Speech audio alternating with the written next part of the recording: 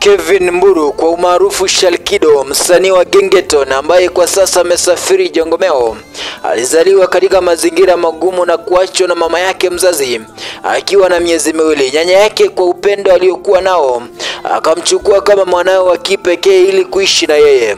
Maisha yake Shalkido ya utotoni alikumbwa na changamoto si haba, kisa kilichosababisha yeye kujihusisha na uhalifu ili akaweze kumudu maisha yake.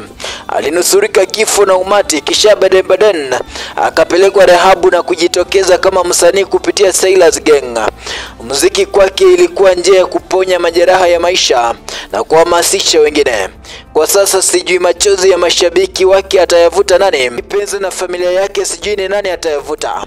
Kifo kimemchukua kwa njia ya ajali na kukatiza ndoto zake, zikiwemo kukutana na kumjengea nyumba mama yake mzazi. Mungu ailaze roho yake mahali pema peponi. Siku zote tuzidi kuombeana mwisho mwema.